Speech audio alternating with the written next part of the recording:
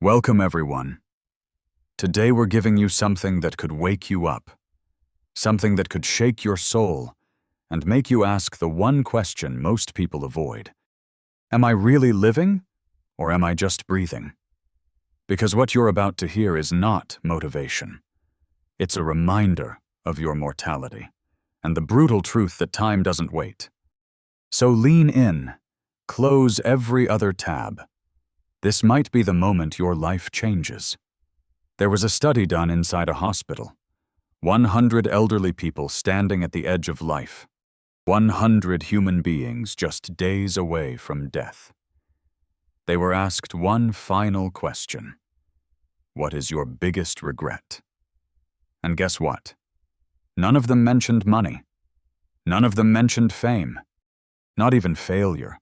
All of them said the same thing. I wish I had taken more risks. I wish I had chased my dream. I wish I had lived for me. Isn't that terrifying? They didn't regret what they did. They regretted what they didn't do. Look around you.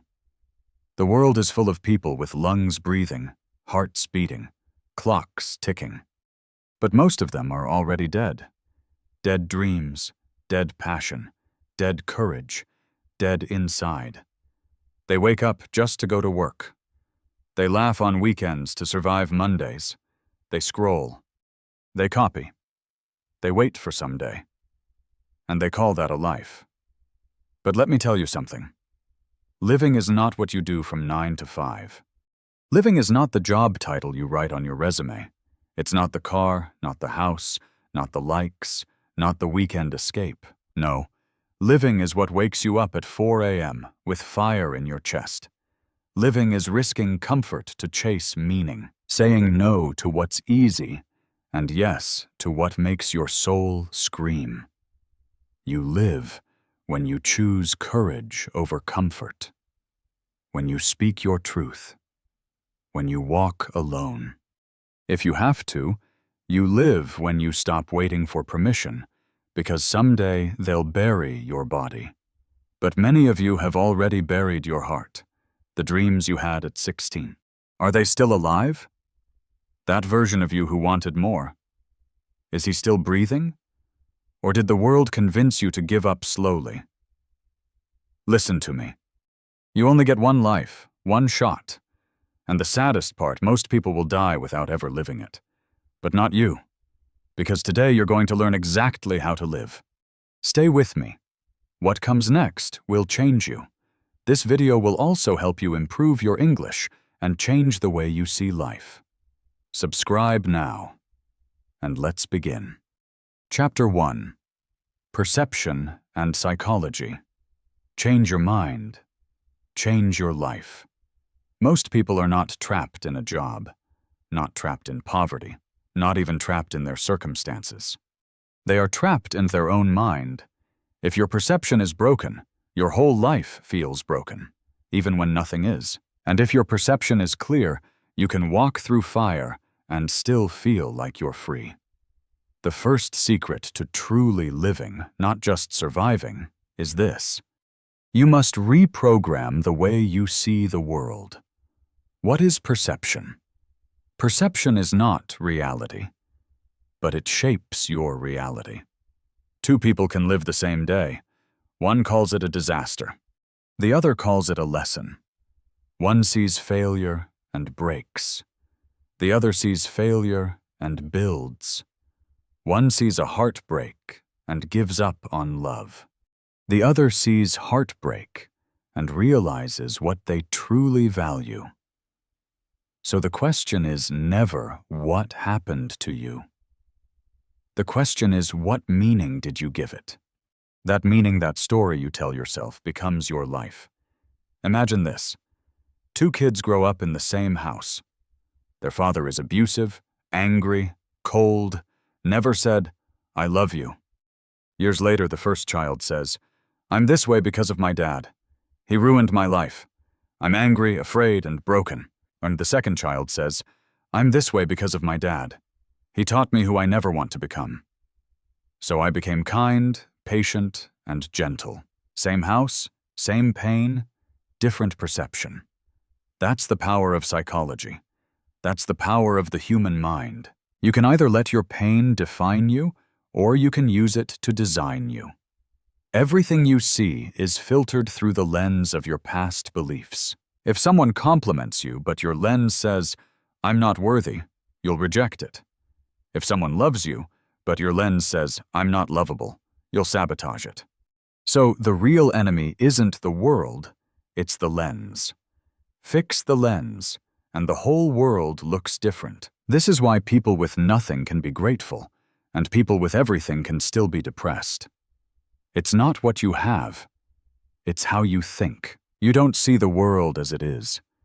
You see it as you are. If your internal world is full of fear, then even kindness feels suspicious.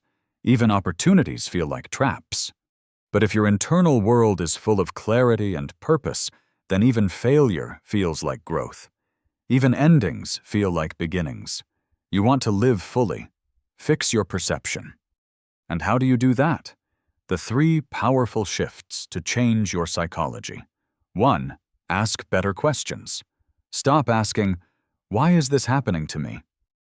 And start asking, "What is this trying to teach me?" 2. Interrupt the negative story. Whenever you hear yourself say, "I'm not good enough. People like me don't succeed. I always fail." Stop. Breathe. Say, "That's just a story. I can write a better one." 3. Surround yourself with better mirrors. You believe what you hear the most. If you're surrounded by small thinkers, negative people, or fearful voices, you'll start to shrink. But if you surround yourself with those who believe in something bigger, you'll start to grow. You want to live a real life. You want to wake up and feel alive again. Then stop waiting for the world to change. Start by changing your mind. Because the prison you're in, most likely you built it, and the freedom you crave. It begins with how you choose to see. Everyone dies, but not everyone rewrites the story in their mind. Start there. Live begins in the brain. Chapter 2. Relationship Dynamics. Who you keep shapes who you become. Let me ask you something personal. When you walk into a room full of your so-called friends, do you feel seen? Do you feel inspired? Or do you feel like you need to shrink yourself to be accepted? Because the truth is, you don't just grow by yourself. You grow through who you're around. There's a famous truth in psychology. You become the average of the 5 people you spend the most time with. So look around.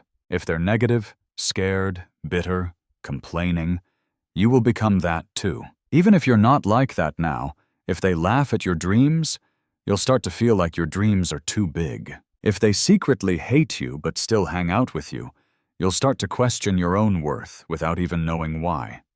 Relationships shape identity. When you spend time with someone, you don't just share words. You share energy. You absorb their beliefs. You imitate their habits. You mirror their standards. If you're surrounded by people who normalize laziness, you'll feel guilty for being ambitious. If you're around people who mock healing, growth, or deep thinking, you'll start to feel stupid for wanting to evolve. That's not friendship. That's slow poison. Growth has a price, and that price is often loneliness for a little while. But let me be brutally honest with you. If you don't leave the wrong people, you'll never find the right ones. You'll stay trapped in average, in guilt, in circles that celebrate the past, but never build the future. You don't have to hate them. You don't have to fight them. You just have to outgrow them quietly. And you will. A young woman wants to become a writer, but all her friends joke. "Oh, so now you think you're going to be famous? Come on, you can't even write a birthday card properly." She laughs along and stops writing. She meets new people, authors, creators, dreamers. They say, "You should write that. That's a brilliant idea. Let's help you start." In 2 years, she becomes a published author. Same talent, same girl, different circle. 1. Audit your circle. Ask this for every person in your life. Do they expand me or shrink me? Do I feel alive after talking to them, or emotionally drained? Would my future self thank me for keeping this connection? 2. Stop forcing loyalty to dead energy. Loyalty is beautiful, but only when it's mutual. If you're always the one giving, supporting, saving, but they're never there when you need them, that's not loyalty. That's self-abandonment. 3. Choose alignment over history. Just because you've known them for 10 years doesn't mean they still belong in your next 10. Choose people who align with your future, not those who are comfortable with your past. You are not meant to carry everyone with you. Some people are chapters, some are whole books, and some are just footnotes. If you want to live, truly live, you must protect your energy like your life depends on it. Because it does. Everyone dies, but not everyone chooses who they walk with. Choose wisely, and your life will feel like a rising flame instead of a fading light. Chapter 3. Don't try so hard. Let go to set yourself free. There is a hidden pain in modern life. It's the pain of trying too hard to be someone you're not. Trying too hard to be loved. Trying too hard to succeed. Trying too hard to be enough.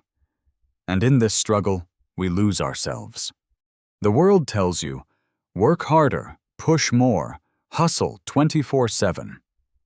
But no one tells you the cost of always trying. You lose your peace, you lose your joy. You lose the real you. So here's the truth. Trying too hard is not the way to live. Letting go is trying too hard means you don't believe you're enough without the effort. It means your value is tied to outcome, not presence. It means you're addicted to performance, not aligned with purpose. Let me explain. You try to impress people who don't even think about you. You try to prove your worth to those who already doubted you. You try to be strong when you're breaking inside. You try to be perfect so no one leaves. But in all this trying, you stop living. You become a machine, a performance, a mask. There's a beautiful story told by a wise master. A man falls into a river. He struggles, panics, kicks, and gasps. He tries harder and harder to stay afloat. The more he fights, the more he sinks. Until finally he stops. He lets go, and suddenly he floats. That's life. Sometimes the harder you try to control everything, the more you drown. But when you release, you rise. It comes from the fear of rejection, not being enough, failure, abandonment, not being loved. So you overcompensate. You become a people pleaser. You become a perfectionist. You fake confidence. You force relationships. You push when you should pause. But real life doesn't reward effort. It rewards alignment. What's the difference between effort and force? Effort is healthy. Force is toxic. Effort feels like energy moving in flow. Force feels like you're dragging yourself through mud. Effort is when you plant the seed and water it with love. Force is when you keep digging it up every day to see if it's grown. Effort is giving your best. Force is never feeling like your best is enough. Letting go doesn't mean giving up. It means surrendering the need to control what you can't. It means trusting the process, allowing space for grace, knowing that who you are is enough, acting from peace, not panic. You let go of people who left. You let go of outcomes you can't predict. You let go of trying to prove something to the world. And in that letting go, you come back to yourself. Imagine a girl who always tried to be the perfect daughter. Straight A's, no mistakes, smiling always, never complained. But inside, she was exhausted, depressed, crushed. One day she stopped trying to be perfect. She cried in front of her parents. She told them the truth. She said, "I don't want to be your project. I want to be your child. That day, she didn't lose love. She found it. Because real love starts when you stop performing. You were never born to prove your worth. You were born to live it. Stop trying so hard to be liked, perfect, accepted, enough. You already are. You don't need to hold your breath to be loved.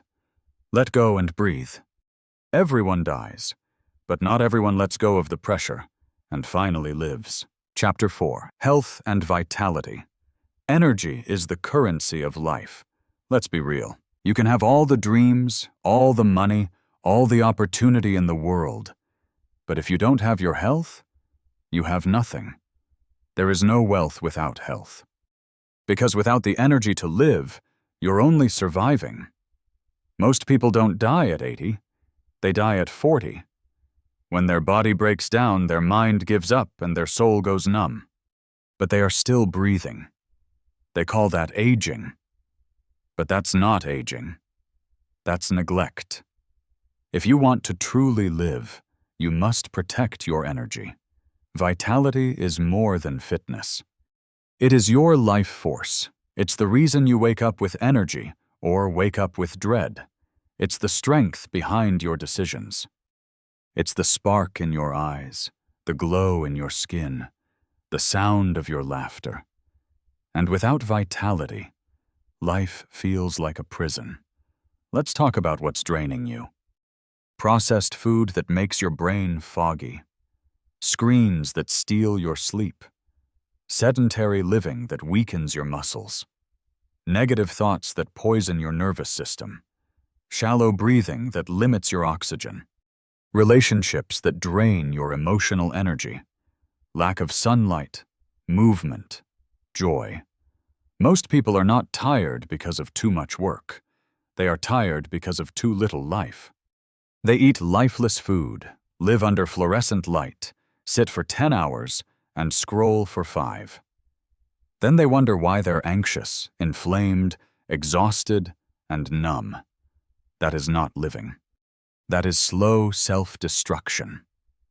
To live a full life, you must take care of all 3. 1. Body. Move every single day. Not to lose weight, but to feel alive. Drink water like it's sacred because it is. Eat real food from the earth, not from a factory. Your body is your home. If you don't clean it, move it, and fuel it, it breaks down. 2. Mind.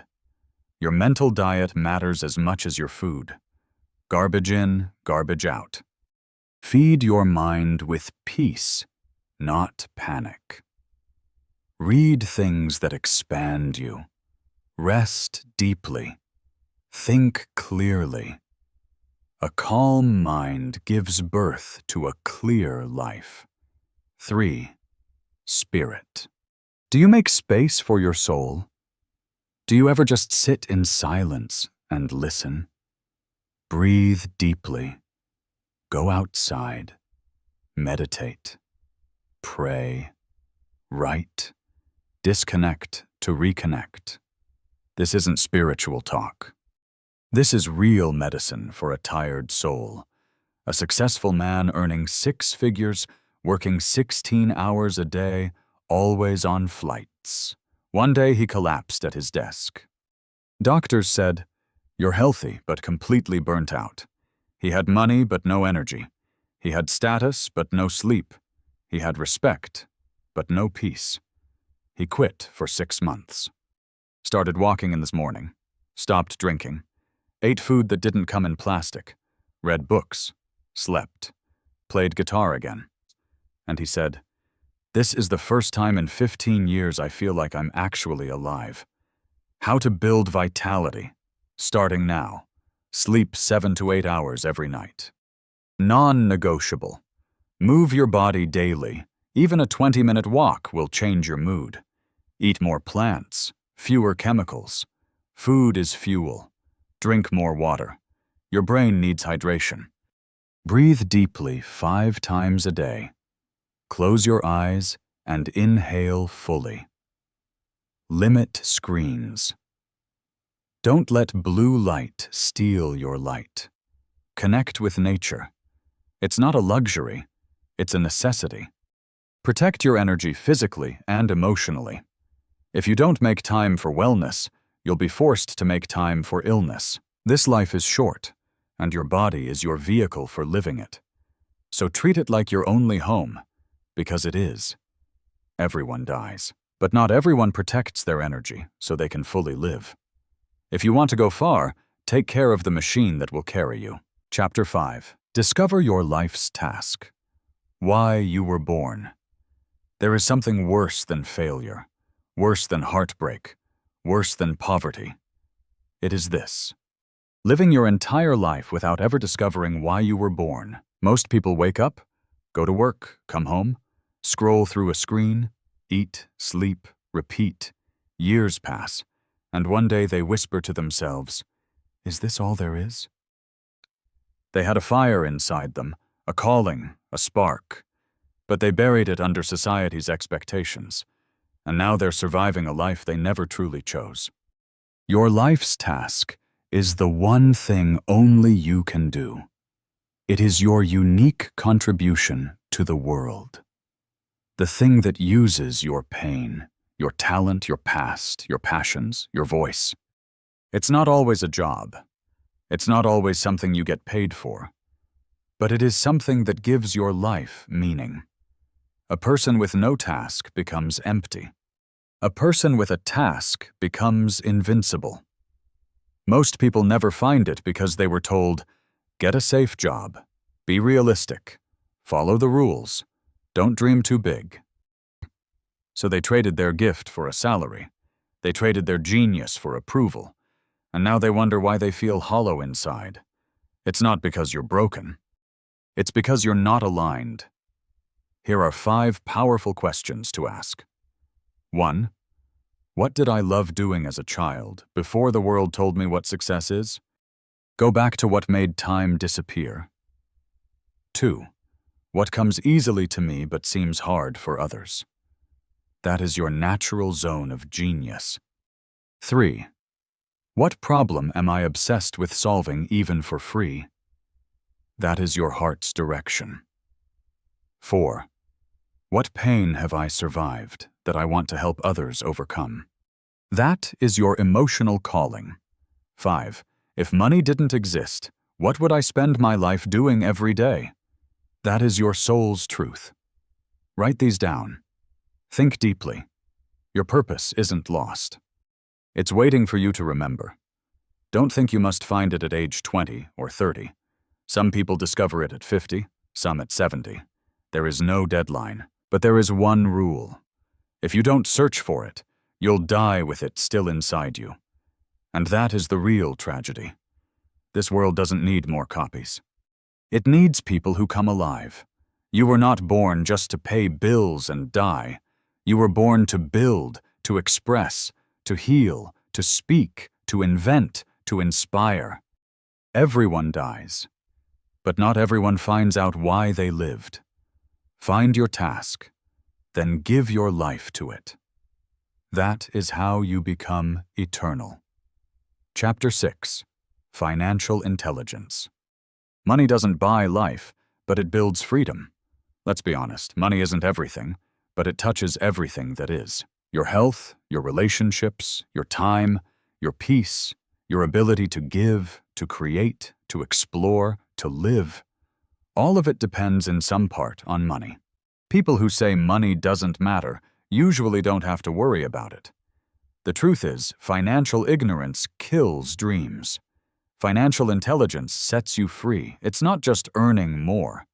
It's understanding how money works, where it flows, why it disappears, and how to make it work for you instead of against you. Most people are slaves to money.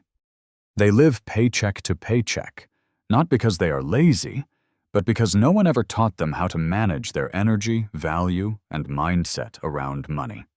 3 common lies about money. 1. Money is evil. No, greed is evil. Money is a tool. It magnifies who you already are. 2. If I work harder, I'll become rich. Hard work helps, but smart money grows. Many hard workers stay poor because they never learn about assets, investment, and ownership. 3. I'm just bad with money. No one is born bad with money. You're just untrained. Like a muscle. It can be built. 5 pillars of financial freedom. 1. Learn to save, but not just save. Saving is step 1, but don't hoard.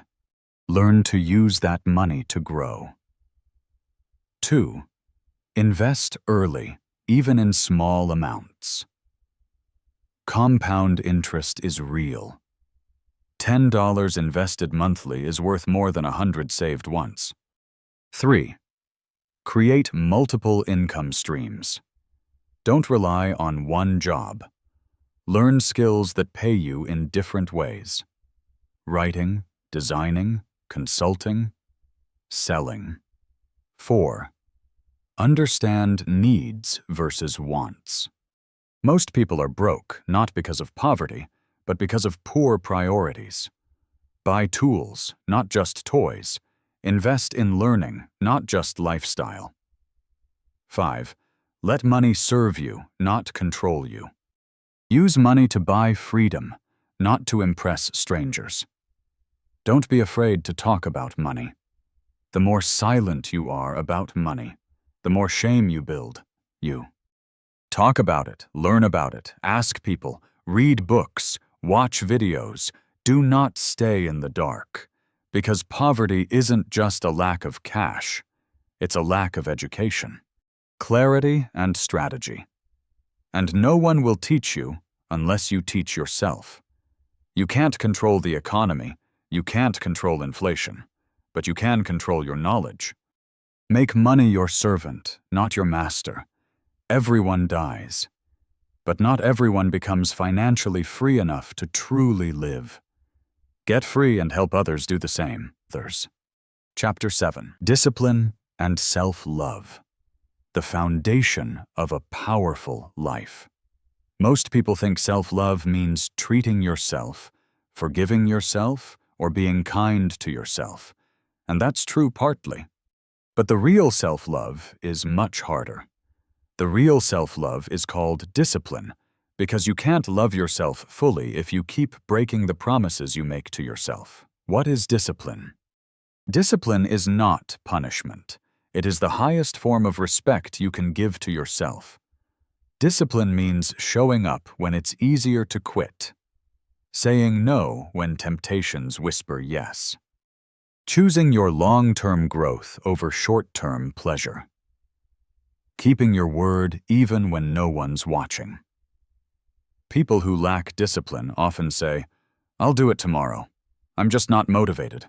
I'll start next week." But people with discipline, they act even when they don't feel like it because they understand. Motivation starts you. Discipline builds you. Self-love is not just bubble baths and positive quotes. It is being honest with yourself. It is setting boundaries. It is saying, "I deserve more, and I will not settle for less." And it is choosing foods, people, routines, and habits that honor your future self. Self-love is doing what is right for you, even when it's not popular, easy, or fast. If you say you love yourself, but you keep destroying your body, keep wasting your time, keep entertaining disrespect, keep lying to yourself, then that is not love. That is self-abandonment. Every time you wake up early to pursue your goals, you are loving yourself. Every time you go to the gym, eat clean, and push through discomfort, you are loving yourself. Every time you say no to toxic people, you are loving yourself. Every time you sit down and study when you'd rather scroll, you are loving yourself. Discipline is love, not restriction. It is protection. Imagine an alarm clock rings at 6 a.m. A person has 2 choices. Hit snooze, stay in bed, feel guilty later, and rush through the day. The difference is not in talent, intelligence, or luck. It's in discipline. Getting up when you said you would. That is self-respect. That is self-love in action. Every time you follow through on a promise to yourself, even something small, you strengthen your confidence, your clarity, and your power. Discipline is not a punishment. It's the daily proof that you believe in your future. 1. Start with one non-negotiable. Choose one thing you will do daily, no matter what. It could be 10 minutes of reading, 20 push-ups, or waking up at a fixed time. Start small. Build identity. 2. Remove options. If you want to wake up early, don't sleep with your phone beside your bed. If you want to eat clean, don't keep junk in the house. Make the right choice easier. Remove the wrong ones. 3. Track your promises. Keep a journal every night, right? Did I keep my promise to myself today? This will rebuild trust with yourself. 4. Celebrate progress, not perfection.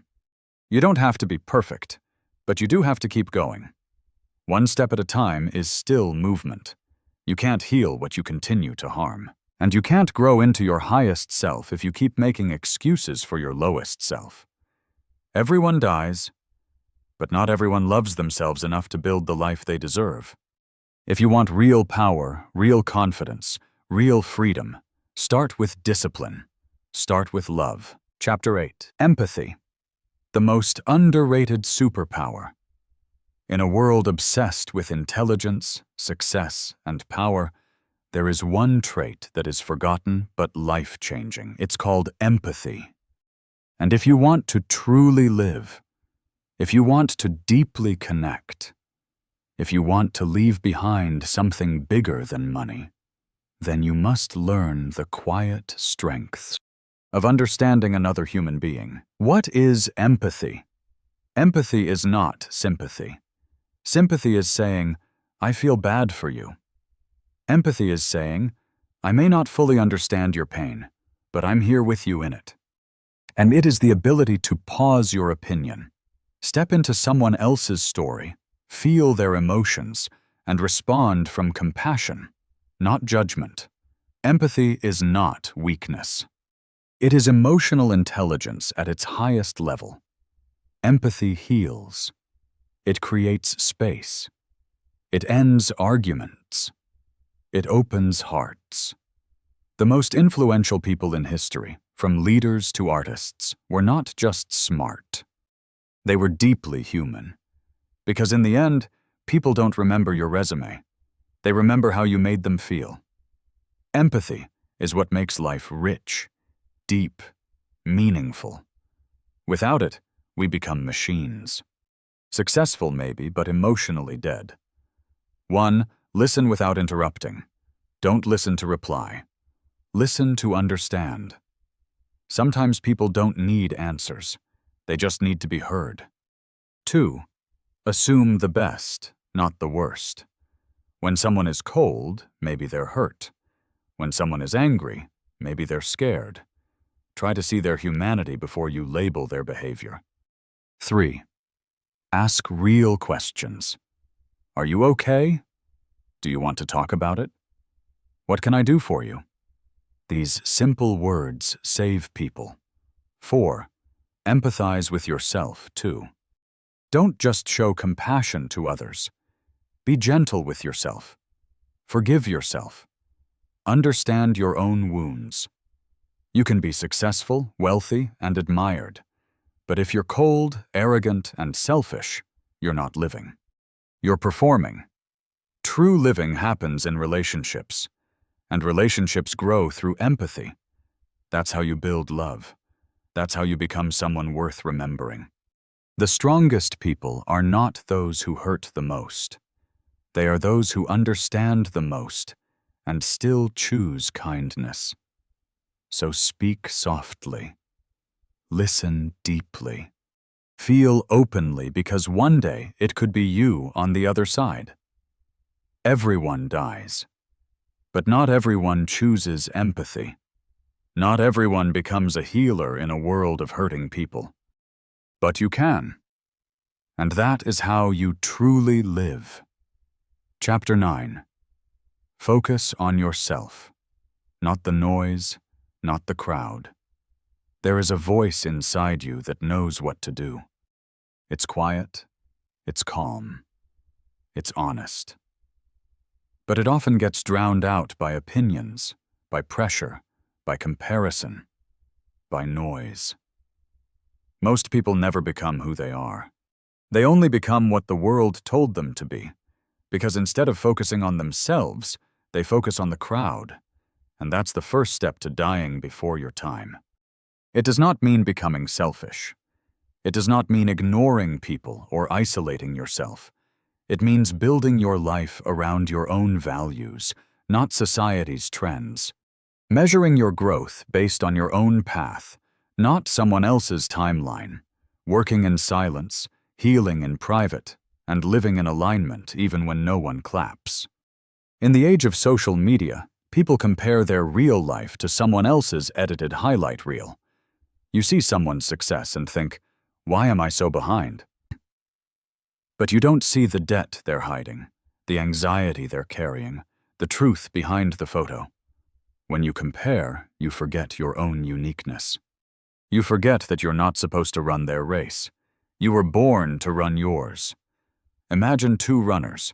One is running a marathon, slow, steady, focused. The other is sprinting, fast, intense, and burning out quickly. Now imagine the marathon runner starts comparing himself to the sprinter. He tries to match his speed.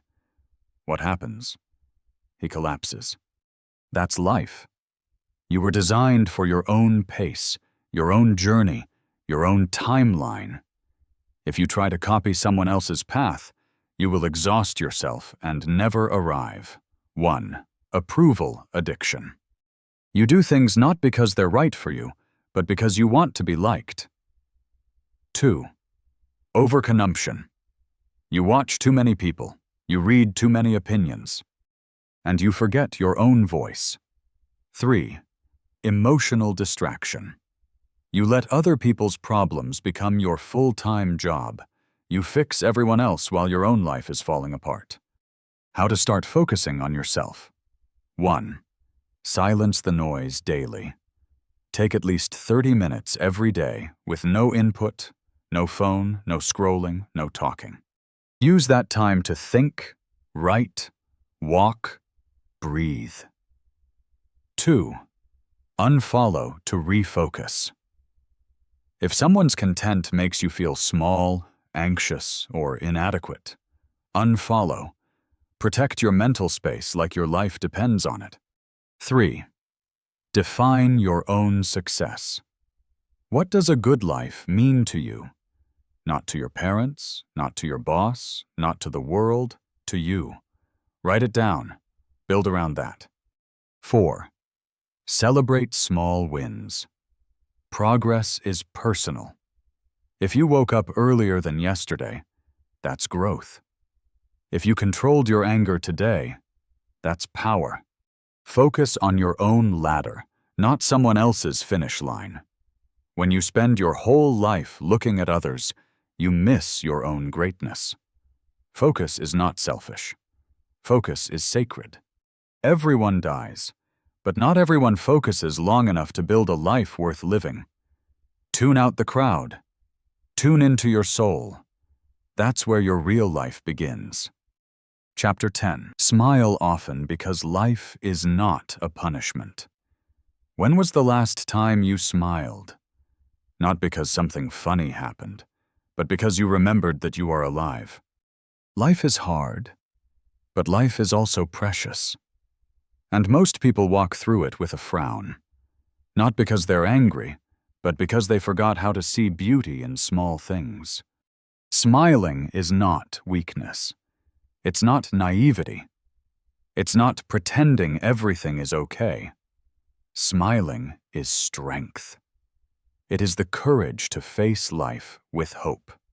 It is the decision to choose light even in darkness. Because a smile is not just for your face. It heals your body. It resets your brain. It softens your heart because they're always chasing something. Next goal, next paycheck, next relationship, next success. And in that chase, they miss the moment. They say, "I'll smile when I make it." But the truth is, if you don't smile now, you won't smile then. Because happiness is not in the next thing. It's in your present presence. Studies show that even fake smiling sends signals to the brain to release serotonin and dopamine, chemicals that reduce stress and increase happiness. This means you can literally smile your way into a better emotional state, not by force, but by choice. When you smile, your brain believes you're safe. And when you feel safe, you open up to life again. There was a man who smiled at everyone on his bus ride every day. He didn't say a word, just smiled. One day, a woman stopped him and said, "I was going to end my life last week, but your smile reminded me that life can still have kindness, that someone sees me." One smile. No words, a life saved. You never know what your smile can do, not just to others, but to yourself. How to smile more, even in a hard life. 1. Practice gratitude in micro moments. You don't need a big reason to smile. Warm tea, a deep breath, a memory, a breeze, a bird, a kind word. Start noticing the little lights in your day. 2. Make eye contact and acknowledge people at the store, on the road, in your home. Look people in the eyes and offer them a real smile. It's free and it's powerful. 3. Heal what's stopping your joy. If you haven't smiled in weeks, something deeper needs healing. Don't ignore it. Talk to someone. Write, reflect, cry if you must, but don't let your light go out. 4. Laugh again. Watch something funny. Be around people who make you laugh. Don't be too grown up to enjoy life. Laughter is medicine. You were not born to live with a burdened face. You were born to shine. Don't let the pain of life steal the joy of being alive. Smile, not because everything is perfect. Smile because you are still here, still breathing, still becoming. Everyone dies. But not everyone smiles while they're still alive. Be the one who does, because a smiling soul is a living soul. Listen carefully. This life is not a rehearsal. This is the real thing. No second take, no backup copy, no guarantee of tomorrow. And most people, they live like they're going to live forever. But they're not. They wait. They delay. They hide. Waiting for the right time. Waiting for permission. Waiting for confidence. But the truth is, you don't need more time. You need more courage. Courage to be who you really are. Courage to love again. Courage to walk away from what's killing your soul. Courage to take risks. Courage to start now. You came to this world for something, and deep down you know it. So stop wasting your life just being alive. Live like you mean it. Live like you're on fire inside. Live like your story will outlive you. And if today is the day you woke up, then promise yourself this. From this moment on, I will live wide awake. I will not die with my dream still inside me. I will not leave this world quietly. I will live fully, deeply, loudly, truly, because I was not born to be forgotten. That's how you live. That's how you become immortal. If this video shook something inside you, if it reminded you of your power, your pain, your purpose, then this is just the beginning. Hit that subscribe button for your future. For the life you're about to build from this moment on, we're building something here. A world of people who don't just survive, but truly live. Join us because everyone dies, but not everyone lives. Now it's your turn. Go live.